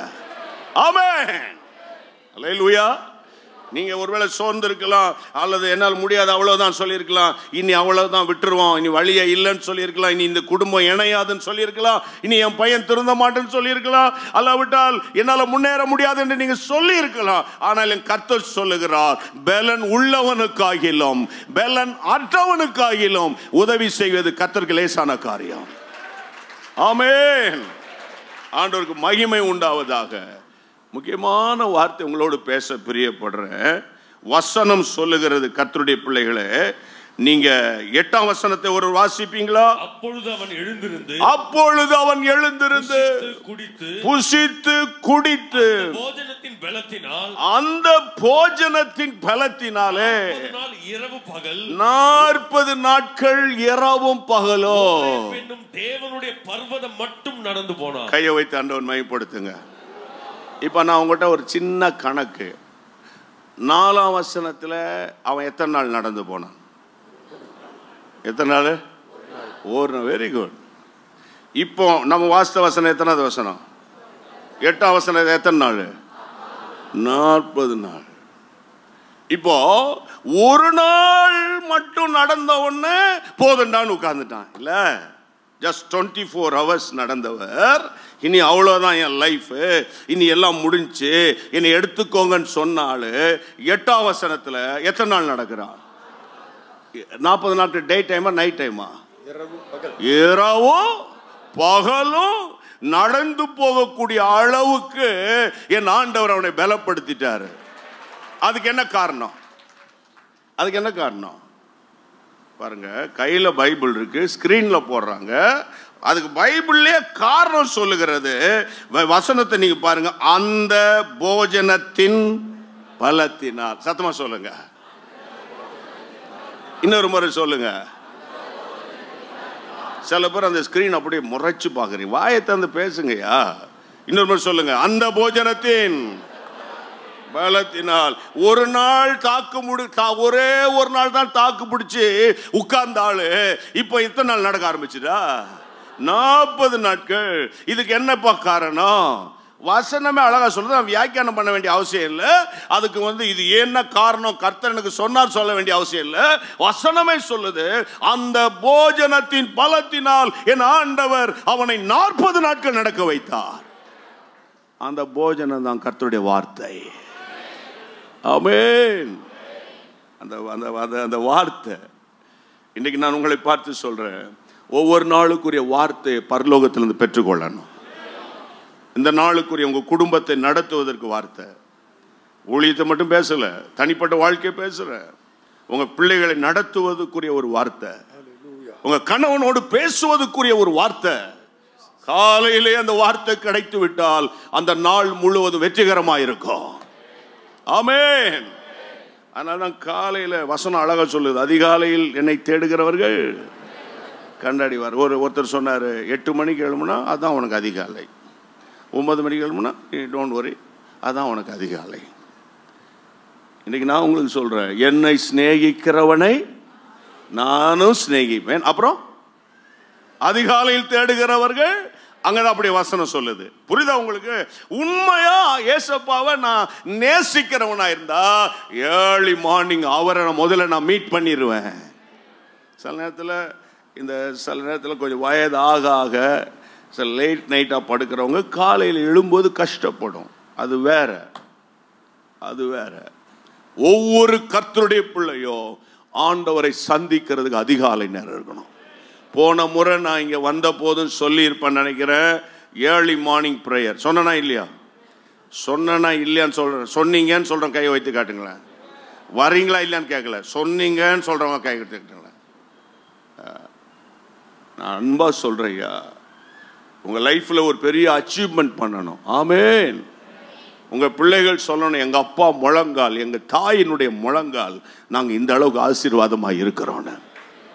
புரியுதா உங்களுக்கு? நான் பாரத்தோடு பேசுகிறேன். பிசாசு இன்றைக்கு நிறைய ஓடிக்கொண்டிருந்த விசுவாசிகளை, ஊழியத்தில் நல்ல பிரகாசித்து கொண்டிருந்த வாலிப தம்பிமார்களை, நிறைய குடும்பங்களை இன்னைக்கு பிசாசு முடக்கி வச்சுட்டான். இன்னைக்கு பாரத்தோடு நான் பேசுறேன். ஆகவே ஆண்டவர் சொல்றாரு, அவன் போஜனத்தின் பலத்தினால 40 நாட்கள் நடந்து போய், அவன் அடுத்தது பைபிளை வாசிக்கிறோம், கர்த்தருடைய பிள்ளை நிம்சியின் குமாரனாகிய யெகூவை இஸ்ரவேலின் மேல் அபிஷேகம் பண்ணினான். 17ஆம் வசனம். அதற்கு பிறகு சாப்பாத்தின் குமாரனாகிய எலிசாவை அவன் என்ன செய்தான்? அபிஷேகம் பண்ணினான். நல்ல கவனிக்கணும், இந்த மாதிரி ஊழியத்தை முடக்குவதற்காக சாத்தான் சூறைச்செடியில் அவனை வைக்க ஆரம்பித்து விட்டான். ஆனால் என் ஆண்டவரோ அவனை தட்டி எழுப்பினார். ஆமென் சொல்லுங்க. யெகூவை அபிஷேகம் பண்ணக்கூடிய ஒரு கிரேஸ் இவனுக்கு இருந்தது. யெகூ அப்படின்னா உங்களுக்கு யார் ஞாபகம் வரும் தெரியுமா? அதாவது நான் ரொம்ப அடிக்கடி யோசிப்பேன், வர வர வர நான் ஒரு, இப்போ பாருங்க, ஒரு பாஸ்டராக இருந்தால் நல்லா இருந்திருக்காண்டவரே, அப்படியே உட்காந்து பேசிகிட்டு இருப்பாண்டவரே, அங்கே போகணும் இங்கே போகணும், அங்கே போகணும் இங்கே போகணும் இங்கே போகணும். ஆனால் சில நேரத்தில், பல நேரத்தில் நினைப்பேன், நல்ல வேலைப்பா நான் பாஸ்டராக இல்லை, நல்ல வேலைப்பா நான் பாஸ்டராக இல்லை. ஏன் தெரியுமா? ஏன் தெரியும்? இப்படி பைபிளை வாசத்தை கையில் வச்சுக்கிட்டு திருன்னு முழிச்சா நம்மளால் டென்ஷன் தாங்க முடியாது. புரியுதா? என் வேதத்தை நேசிக்கிறவனுக்கு மிகுந்த சமாதானம் உண்டு. அதுக்கப்புறம் என்னது? அவர்களுக்கு இடர் இல்லை. அதான் பைபிள் வசனம். புரியுதா உங்களுக்கு? நல்ல வசனத்தை வாசிக்கும் போது ஒரு நோட்டு புக்கை கையில் வைங்க. அன்னைக்கு ஆண்டவர் பேசுகிறத நோட்டில் எழுதுங்க, அதை ப்ரொனவுன்ஸ் பண்ணுங்க. அதுதான் உங்கள் எதிர்காலத்தை ஆசீர்வதிக்கும். ஏதோ ஒரு 4 பாட்டை பாடிட்டு ஓ ஆவியானவர் வந்துட்டார் போனார்னா அவர் வரா மாதிரி இருக்கும், அப்புறம் போன மாதிரி இருக்கும். நீ கர்த்தருக்குள்ளே கனி கொடுப்பதற்கு வசனத்தில் ஊன்ற கட்டப்படணும். ஆமேன்னு சொல்லுங்க. நான் சொல்லி கொடுத்தா தானே தெரியும். என்ன சொல்றீங்க? அப்ப நல்ல கவனிங்க, போஜனத்தின் பலத்தினால 40 நாள் போனவனை என் ஆண்டவர் யெகூவை அபிஷேகம் பண்ணார். யெகூ யார் தெரியுமா? இந்த யெகூதா யேசபேலை கொன்றவன். இந்த யேசபேல் ஆவிய துரத்துவனா உங்களுக்கு யெகூவின் அபிஷேகம் வேணும். கையை வைத்து அல்லேலூயா சொல்லுங்க. அப்படியே ஒரு நிமிஷம் இந்த இடத்துல ஜெபிக்க முடியும். ஆண்டவர் என்னை ஏவுகிறார். கையை உயர்த்தி. இந்த ஜெசபேலுடைய ஸ்பிரிட் என்ன தெரியுமா? ஆளுகை செய்கிற ஆவி, டாமினேட்டிவ் ஸ்பிரிட். நல்ல கையை உயர்த்துங்க தம்பிமார்கள், வாலிப தங்கச்சி. உன்னை குறிப்பா சொல்றேன், உன்னை யார் ஆளுகை செய்யறது? உன்னை யார் ஆளுகை செய்வது? ஐயா பாரத்தோடு சொல்றேன் பிரதர், உங்களை யார் ஆளுகை செய்வது? உலக மனிதனா, அல்லது உன் வாழ்க்கையில குறுக்கிட்ட யாரோ ஒரு பெண்மணியா, அல்லது உன் வாழ்க்கையில குறுக்கிட்ட பணாசையா, அல்லவிட்டால் உன்னுடைய படிப்பா, அல்லது உன் நண்பனா? அடிக்கடி மனைவி சொல்ற நான் தீர்க்க தரிசனமா சொல்றேன், உங்களுடைய ஃப்ரெண்டு சொல்றதா உனக்கு பெருசா போச்சுன்னு உன் மனைவி உன்னோடு பேசிக்கொண்டே இருக்கிறாள். கையை உயர்த்தி ஆண்டவர் சொல்றாரு, இந்த டாமினேட்டிவ் ஸ்பிரிட் குடும்பத்தில் இருந்தா, இந்த டாமினேட்டிவ் ஸ்பிரிட் உனக்குள்ளே கிரியேட் செய்யும் என்றால், நீங்க என்ன சொல்றது நான் என்ன கேட்கிறது என்ற ஒரு ஆவி உனக்குள்ளே இருக்குமானால், எல்லாம் கையை உயர்த்தி இயேசுவே இயேசுவே எனக்கு இறங்குவீராக. வாலிப தம்பிலாம் கேளு, ஆண்டவரே எந்த உலக நண்பனோ, எந்த ஃபேஸ்புக்கோ, எந்த வாட்ஸ்அப்போ என்ன ஆண்டவரே டாமினேட் பண்ண வேண்டாயா, நீங்க தான்ப்பா என்னை ஆளுகை செய்யணும். நல்ல கையை வைத்து சத்தம் போட்டு, ஏன்னா இந்த இடத்துல அநேகர் பாதிக்கப்பட்டிருக்கிறத என் ஆவியில நான் பார்க்கிறேன். ஐயோ என் புருஷன் என்னை ஆளுகை பண்றான், அவன் என்னை அடிக்கிறான், மிதிக்கிறான், என்னால் தாங்க முடியல. ஆமென். 60 வயதுக்கு மேல் ஆகிவிட்டது. இச்சையின் ஆவி என்னை ஆளுகை செய்கிறது, என்னால் மேற்கொள்ள முடியல. என்னை பழைய காலத்து நண்பர்கள், லிசன், ஆண்டவர் சொல்றாரு, Facebook வழியாக அந்த பழைய காலத்து நண்பன் வந்து உன் ஆவிக்குரிய வாழ்க்கையை மோதுகிறான். பரிசுத்த ஆவியிலே நான் ப்ராஃபஸியா சொல்றேன், கையை உயர்த்தி ஒப்பு கொடுத்துட்டேனா உனக்கு ஒரு விடுதலை கிடைச்சிடும். வாபாலா கபா, கையை உயர்த்தி அப்படி அந்நிய பாஷையில் ஜெபம் பண்ணுங்க. கையை வைத்து அந்நிய பாஷை பேச முடிஞ்சவங்க, ஆமா, என்னை ஒருத்தர் ஆளுகை செய்யக்கூடாது, ஆவியானவர் தான் ஆளுகை செய்யணும். அப்படி விரும்புறவங்க நல்ல வாயை திறந்து பராபா ஹபா மம்மம்மா கபூதா ராகத்தோ மே மேமா காத்தா ராகத்தா. பயப்படாதீங்க, சோர்ந்து போகாதீங்க. ஆபத்து காலத்தில் நீ சோர்ந்து போவாயானால் உன் பலன் குறுகினது, உன் பலன் குறுகினது, உன் பலன் குறுகினது. அம்மா சோர்ந்து போகாதீங்க. ஐயோ, என் குடும்பத்தை என்னால் நடத்தவே முடியலையா, நிறைய பண பிரச்சனையா, என்ன செய்ய போறேன்னு தெரியலையா. ஒரு பக்கம் ஹை பிரஷர், இன்னொரு பக்கம் ஹை சுகர், இன்னொரு பக்கம் எலும்பு வலி, இன்னொரு பக்கம் என்னால் நிக்க முடியல, என்னால தாங்க முடியல. கையை உயர்த்துங்க. ஆமென். நிறைய பேர் இப்படி ஸ்ட்ரகிள் பண்றதாக நான் ஃபீல் பண்றேன். ஓபாலா பா கபா துரா மஹா லசோகோ கோரைமா கதா சகதரா மேமா கதரா கபா தரா கபா. இயேசு என்ற நாமத்தினால, இயேசு என்ற நாமத்தினால, இயேசு என்று ஜெபிக்கிறோம். எல்லாம் கையை உயர்த்தி. ஆண்டவர் சொன்னாரு, இந்த சோர்வை நீ மேற்கொள்ளணும்னா, ஆமென், லூக்கா 18:1, சோர்ந்து போகாமல் எப்பொழுது ஜெபம் பண்ணு. வாயை திறந்து சத்தத்தை உயர்த்தி, இயேசுவே. இன்னொரு முறை இயேசுவே, இன்னொரு முறை கர்த்தாவே, ஆண்டவரே, ஆண்டவர் சோர்வின் ஆவி இயேசுவின் நாமத்தில் என்னை விட்டு நீங்குவதாக. நல்ல டங்ஸ்ல ஜெபம் பண்ணுங்க. ராபா பாகா பாகா. உங்க பலவீனத்தை நீங்க யோசிக்காதீங்க. இப்போ உங்களுடைய வியாதியை யோசிக்காதீங்க. எல்லா வியாதியும் பறந்து போயிரும். ஆமென், ஆமென். கர்த்தர் உங்களை தட்டி எழுப்புகிற நாட்கள் வந்துருச்சு. எழும்ப வேண்டிய நாட்கள், எழும்ப வேண்டிய நாட்கள். Yes, anointing is coming. Let the anointing flow in the name of Jesus. Rabakabuda bagaba. In the name of Jesus. Oraba katara katara gaba gabudaga. Let the anointing flow like a river in the name of Jesus. I break every bondages. Come out. Ola mahala rohoba habada gaba. ஒரு பலன் உன்னை நிரப்புகிறது.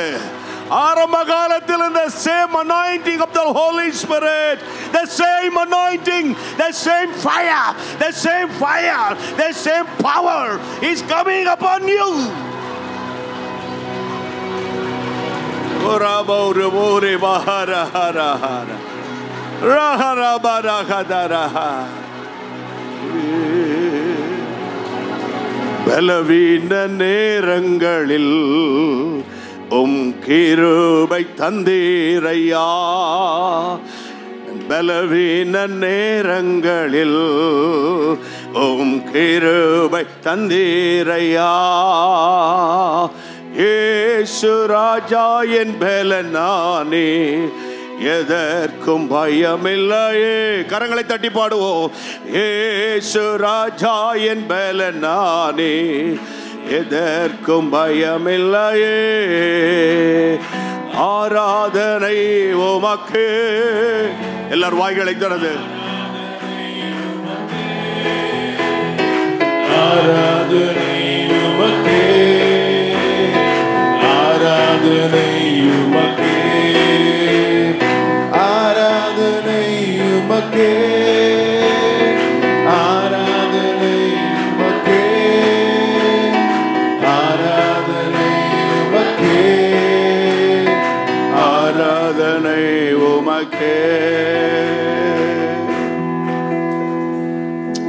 கடைசியாக ஒரே ஒரு வசனத்தை வாசிக்கணும், முடிக்க போகிறோம், ஜெபம் பண்ண போகிறோம். 2 கொரிந்தியர் 4ஆம் அதிகாரம், 2 Corinthians chapter 4 verse 7, 8 and 9. சத்தத்தை உயர்த்தி வாசிக்கணும். இந்த மகத்துவமுள்ள வல்லமை, இந்த மகத்துவமுள்ள வல்லமை எங்களால் உண்டாயிராமல் தேவனால் உண்டாயிருக்கிறது என்று விளங்கும்படி இந்த பொக்கிஷத்தை மண்பாண்டங்களில் பெற்றிருக்கிறோம்.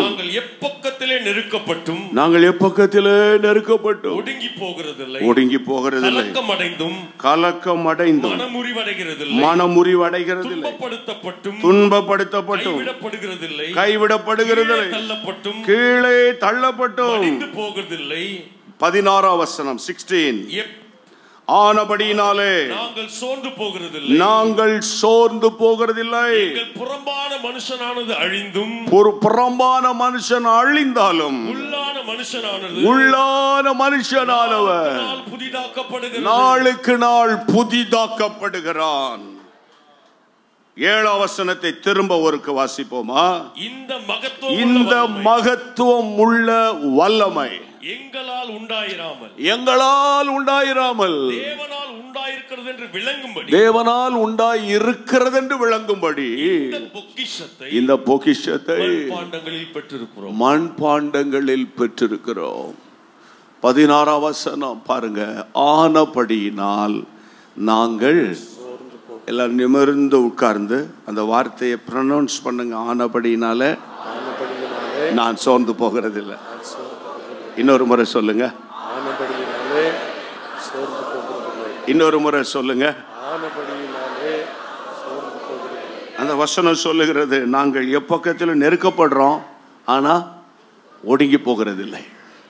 இந்த வசனத்தை பாருங்க. கலக்கம் வருது, கலக்கம் வரும், ஆனா மன முறிவு அடைகிறதில்லை. அடுத்தது துன்பம் வருது, துன்பப்பட்டும் நாங்கள் கைவிடப்படலை.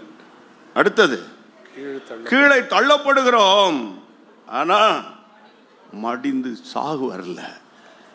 எத்தனையோ முறை நாம் விழுந்து போகிறோம், எத்தனையோ முறை துன்பப்படுகிறோம், எத்தனையோ முறை சோர்ந்து போகிறோம்.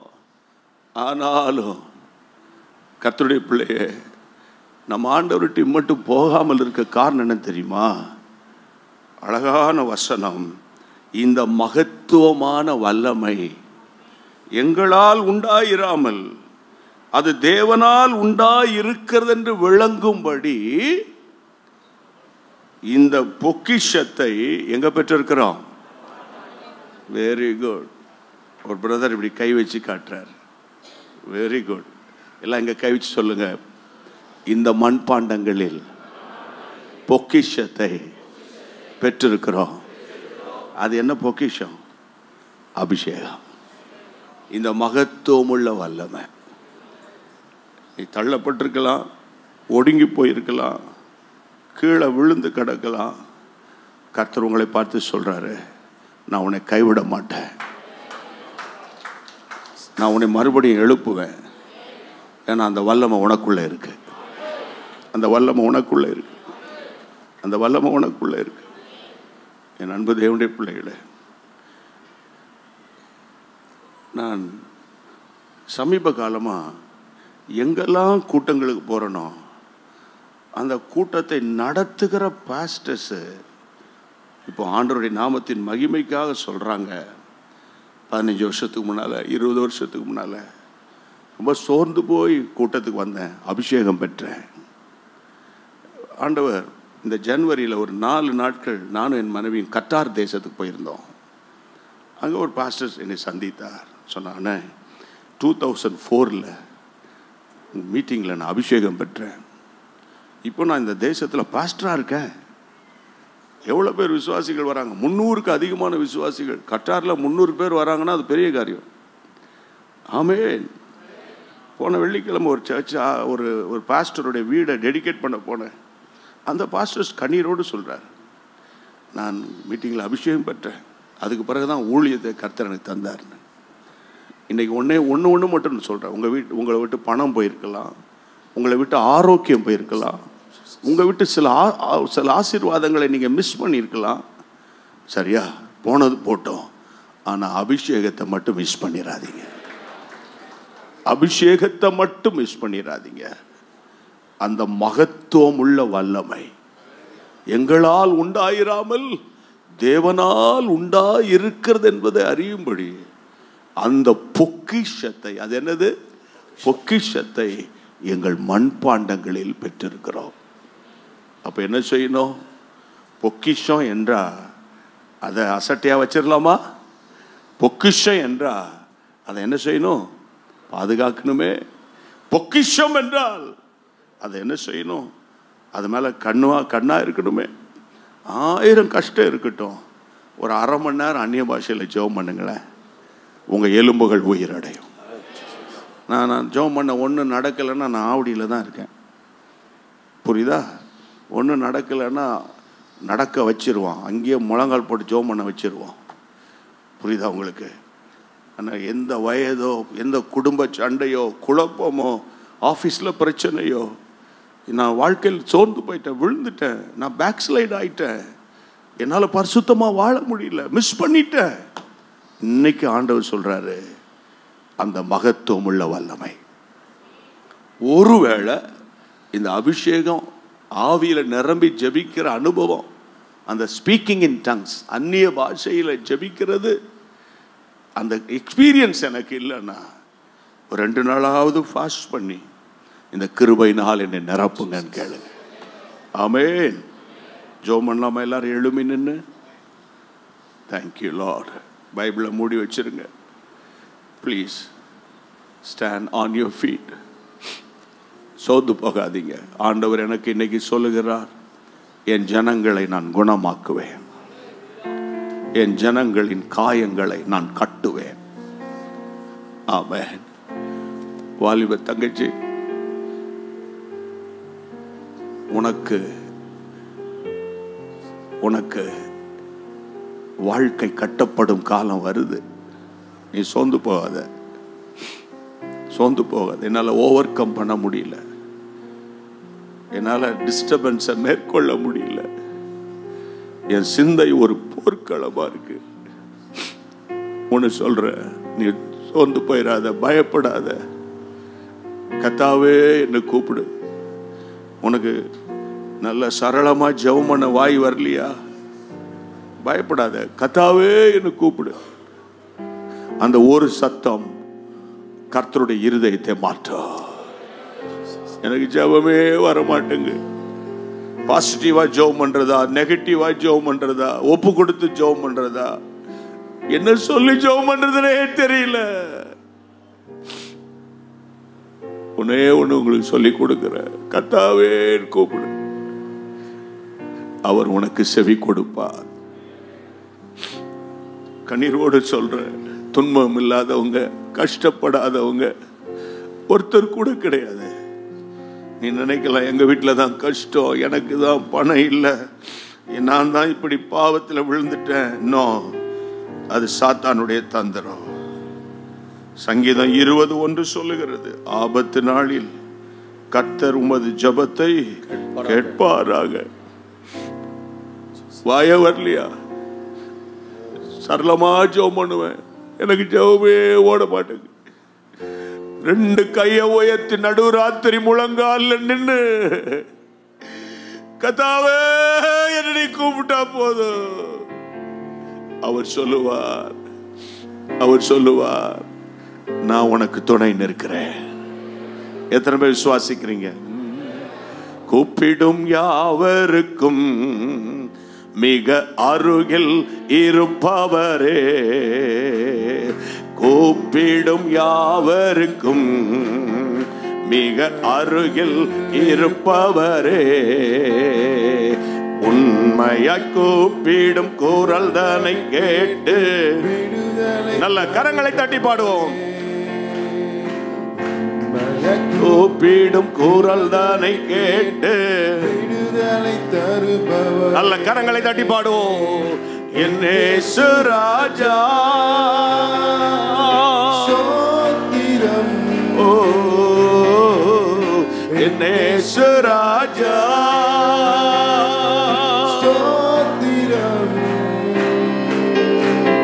ஸ்தோத்திரமே ஸ்தோத்திரமே உயிருள்ள நாளெல்லாமே ஐயா ஸ்தோத்திரமே ஸ்தோத்திரமே உயிருள்ள நாள் எல்லாமே.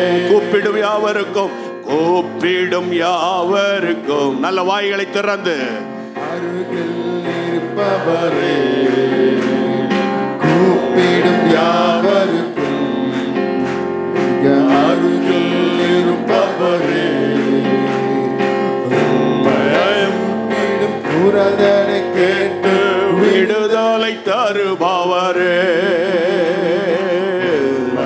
கூப்பிடும் குரல் தானே கேட்டு விடுதலை தருபவர். கைகளை உயர்த்தி சொல்லுவோம், இயேசு ராஜா ஸ்தோத்திரம், ஸ்தோத்திரம், இயேசு ராஜா இயேசு ராஜா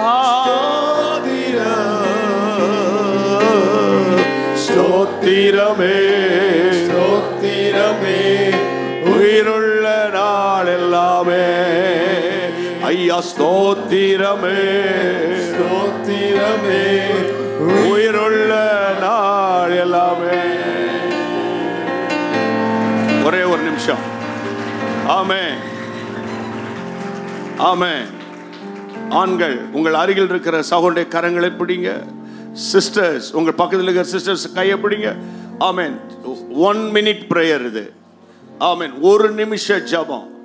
நீங்க உங்களுக்காக ஜெபம் பண்ணாதீங்க. யார் கையை பிடிச்சிருக்கீங்களோ, தகப்பனே தகப்பனே நான் கரம் பிடித்திருக்கிற என் அன்பு சகோதரன், தகப்பனே நான் கரம் பிடித்திருக்கிற என் அன்பு சகோதரி, இன்றைக்கு அவர்கள் ஆவியிலும் ஆத்மாவிலும் சரீரத்திலும் பொருளாதாரத்திலும் ஆவிக்குரிய வாழ்விலும் விசுவாச வாழ்விலும் ஜெப வாழ்விலும் பரிசுத்த வாழ்விலும் ஆரோக்கியத்திலும் ஆசீர்வாதத்திலும் செழிப்பார்களாக.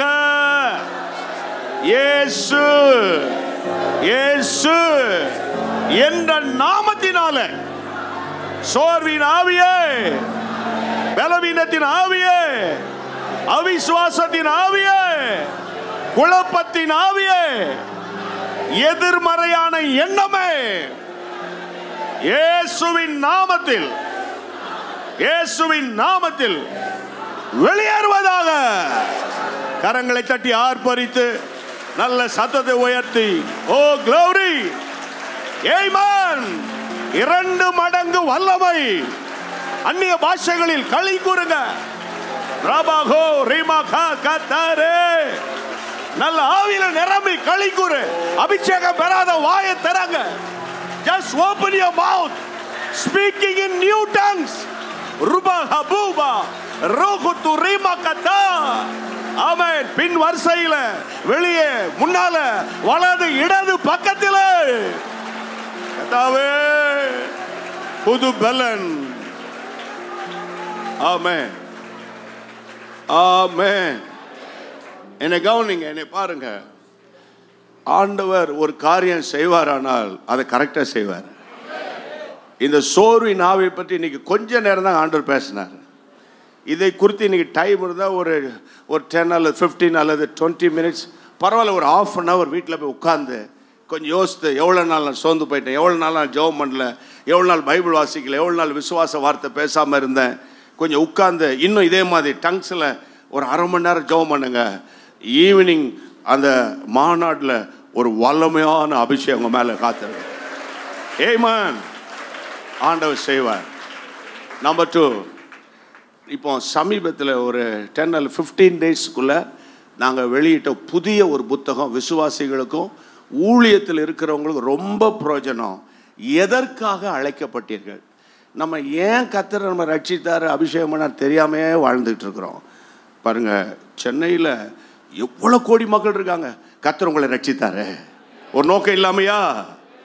ஏன் ரட்சித்தார், ஏன் அபிஷேகம் பண்ணார், உங்கள் மேலே என்ன நோக்கம்? இதை வாசித்து முடிக்கும்போது உங்களால் இந்த புத்தகத்தை கீழே வைக்க முடியாதுன்னு நான் நம்புகிறேன். ஆமென். அடுத்தது, பாட்டு பாடினாலும் பாடலானாலும் எப்போதும் இரவும் பகலும் உள்ளம் ஆண்டவரை தேங்க் பண்ணிக்கிட்டே இருக்கணும். ஆமென். அப்போ அது எப்படி? அதுக்கு ஒரு குட்டி புத்தகம், ரொம்ப குட்டி புத்தகம், பேக்கில் வச்ச பெண்கள் பேக்கிலலாம் வச்சுக்கலாம். என் ஆத்துமாவே இரவும் பகலும் தேவனை துதிக்க தூண்டுகிற ஒரு நூல். 2 உங்களுக்கு நான் அறிமுகப்படுத்துகிறேன். போகும்போது முடிஞ்சால் பெற்றுக்கொள்ளுங்க. தலையில் தாச்சி ஒரு சின்ன ஜெபம். எங்கள் அருமையான ஆண்டவரே, என் அன்பு உடன் ஊழியர்களை, கர்த்தருடைய பிள்ளைகளை, ஆண்டவர் கொயர் டீம், மற்ற வாலண்டியர்ஸ், கேர்சல் லீடர்ஸ் எல்லாரையும், விசேஷமாய் பெற்றோர்களை, முதிர் வயதானவர்களை, பலவீனமானவர்களை, சோர்ந்து போனவர்களை, விழுந்து போனவர்களை, தள்ளாடி கொண்டிருக்கிறவர்களை கர்த்தாவே நீர் பலப்படுத்தி விட்டீரப்பா. இனி மார்ச் மாதம் வரப்போகிறது. ஒரு மார்ச் பாஸ்ட் பண்ணி உங்களுடைய பிள்ளைகள் வேகமாக கர்த்தருக்காக ஓட போகிறார்கள். மே மாதம் பெரிய கொண்டாட்டத்தின் நாட்கள் எங்களுக்கு காத்திருக்கிறதப்பா. கோடி ஸ்தோத்திரங்கள். எங்களை தாழ்த்துகிறோம். எங்கள் அருமையான பாஸ்டர் அவர்களை நல்ல பலப்படுத்துங்க. திடகாத்திரமான இருதயத்தை தாங்க ஆண்டவர். கேரளாவில மகனை பயன்படுத்தினதுக்காக தோத்துறோம். இன்னும் கர்த்தர் பயன்படுத்துங்கப்பா. மறைப்பொருட்களை வெளிப்படுத்துங்கப்பா. எங்களை போல வளரக்கூடிய ஊழியர்களுக்கு ஆண்டவரே இப்படி மகனுக்கு தீர்க்காயுசு நாட்களை தாங்கப்பா. தீர்க்காயுசு நாட்களை தாங்கப்பா. ஜான் சாலமன் அவர்களுக்கு கர்த்தர் பூரண சுகத்தை கொடுங்கப்பா. பலப்படுத்துங்கப்பா. பாஸ்டர் அம்மாவை பலப்படுத்துங்கப்பா. கிருபையினால் அவர்களை நிரப்புங்கப்பா. எல்லா பிரதர்ஸ் அண்ட் சிஸ்டர்ஸ் எல்லாரையும் கர்த்தரால் அவர்கள் ஆசீர்வதிக்கப்பட்டவர்களாய் மாறட்டும்ப்பா. உம்முடைய நாம மகிமைப்படட்டும் அப்பா. இன்னைக்கு மாலையில டிராவல் பண்ணி வரக்கூடிய மக்களுக்கு ஒரு பரிசுத்த பாதுகாப்பு இருக்கட்டும். டிராவல் மெர்சி இருக்கட்டும். டிராவல் கம்ஃபர்ட் இருக்கட்டும். எந்த விதமான அசம்பாவிதம் சிட்டியில நடக்க கூடாது. சாத்தானுடைய ஆளுகையெல்லாம் இன்னைக்கு முடிவுக்கு வரட்டும். கிருபை தாங்கட்டும். இயேசுவின் நாமத்தில் ஜெபிக்கிறோம் பிதாவே. ஆமென்.